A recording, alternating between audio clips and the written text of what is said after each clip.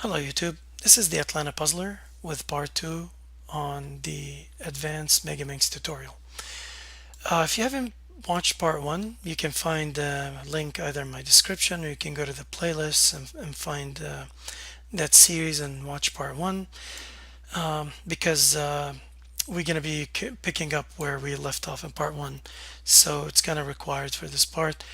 But if just basically to give you to jog your memory, if you're coming back after a while, where we left off is we made this cut for a crystal, a Pyraminx crystal, and basically the way we did that is we moved the Megaminx's sketch or cutting profile further down along the face of the dodecahedron here until we reach the exact center of the puzzle.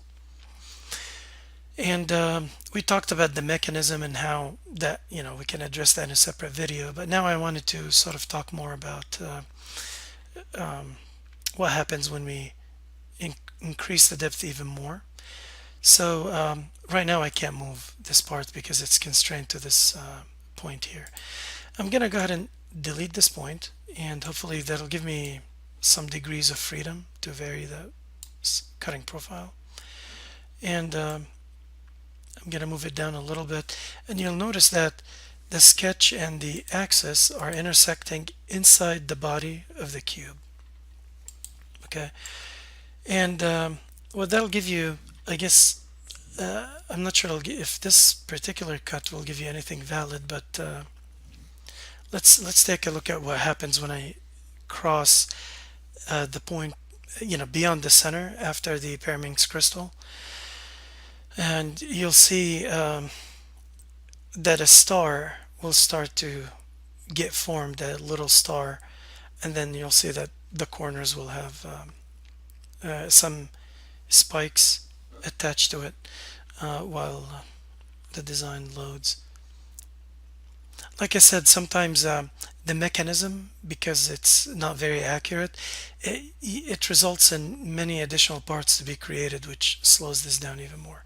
So anyways, what you'll see is I have the small center again, and I have the edges, or sorry, these are part of the corner now, and I have these huge edges in here, and you'll notice that the star is the way the star in the middle of the cube is oriented, that it's facing the vertices here, right? It's not facing the midpoints of the edges, it's facing the vertices of the edges. In other words, it looks like a small Starminx, right? So I am sure you can imagine where this is going. So this basically is a Starminx, I guess, with these additional pieces that are sitting on top of the corners, but they'll have no way to be attached to the corners, so they'll fall apart. So I'm gonna I don't think this is a valid cut, and in order to make it a valid cut you have to edit the sketch. And if you look at the face of this face here, where the cut is being designed, this is the starting point, this edge. Sorry, let me click again carefully. Okay, so this is the edge, and we have the midpoint, which is where the axis is. But we have another point here that we haven't talked about, is the point where this and this, these vertices are. And if you look at, if you line them up approximately here, the cutting profile is above these points. So what happens if we line it up exactly with one of them? So I'm going to click on this, I'm going to click at this point, and I'm going to make them coincide. Now don't worry about this mechanism, right? I mean, it's not a valid one. We'll talk about that later, but let me do OK. And what you'll see is that it's going to give you, it's going to increase the size of the center, and you're going to end up with valid corners where they do not have these extra overlapping triangles where they attach to the center, which is basically a Starminx, right? So we'll take a look at that in a minute. Okay, and there you go. This is a this is a correct Starminx cut here. This is exactly how you do. It got a Starminx. Of course, the mechanism. I keep emphasizing mechanism is another issue because I want to make sure I'm not misleading you by saying this is how you'd make a Starminx. So anyways, we have an edge and a corner and center, and there's additional parts potentially, but because of the way the cut is made. But let's take a look at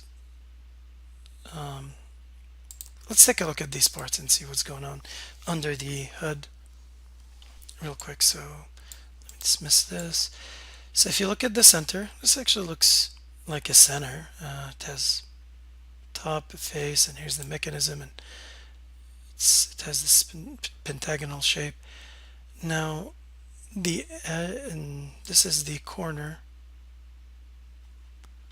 and I'm trying to find, so this is the edge, but it seems like the edge doesn't have a valid okay, let me hide the center real quick. Hide this piece, and okay, so this, sorry, let me hide this corner. Okay, so this is, yeah, the edge doesn't have a valid mechanism here, so it has no way to attach to the puzzle. It's gonna fall right off. So let me show all parts, and let's take a look at a corner. Okay, and this cut looks funny, so we can fix all that. I just want you to look at the puzzle as a whole, how it looks like. So okay, so there you go. This is how you make a Starminx. Okay, so let me make another comment here on this cut. So what we basically did as a recap is we lined up this point and this point, these two exact points, and we cut it and we ended up with a Starminx. So let me just point out one more thing. If I lower the cut a little more, let's see if it'll let me. Okay, so it seems like something is constraining it over here. Sorry, my computer is being slow. Anyways, I thought I deleted this constraint. There you go. Okay. I'm sorry, guys. I'm trying to liberate. Okay, here we go. It removed it. All right. So what happens if I keep increasing the cut all the way until I get to the very pointy tip of the puzzle over here, and I make these two coincide? And of course, if you look at my mechanism, it looks really bad. Let me reduce the size of this arc a lot. Let me see if I can. I don't want to mess with the mechanism a lot, but okay, let me see if I increase it a little bit. Okay, and let me do, okay, what do you think is going to happen? Try to guess what happens. And I suspect that some of you guys know the answer already.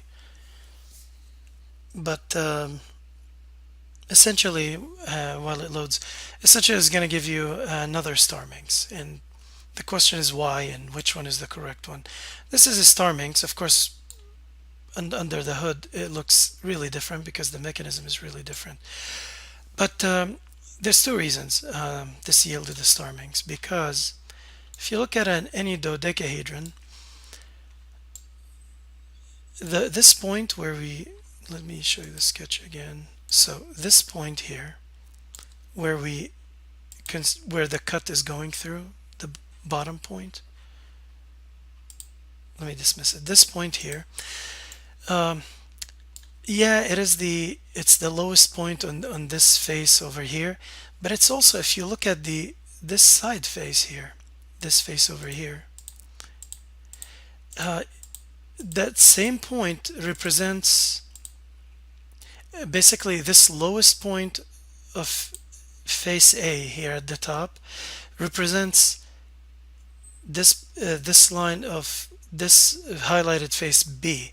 So, and which is similar to, so in other words, the lowest point for, let's call this face A and this face B. Face A's lowest point is face B's middle point.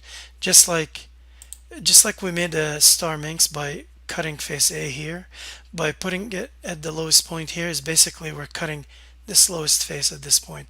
So you're basically it's this these two cuts are the same. It's just one this vertex to this face is the same as this vertex to this face, in other words. So I hope that made sense. It's hard for me to explain, but if you take this point and this face and rotate them by 180 degrees, it's gonna give you this and this. So it is really the same exact cut.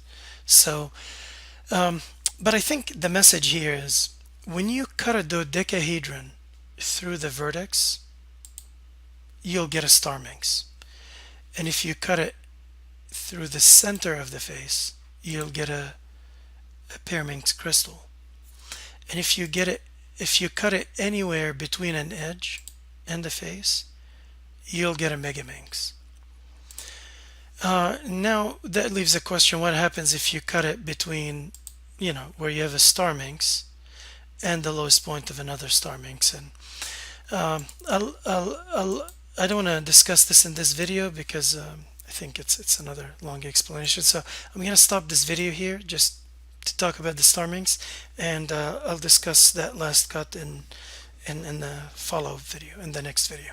So I hope you enjoyed this video, and I hope you found it interesting. Please let me know if you have any comments or questions, and I'll see you in the next part. Thank you and have a good night.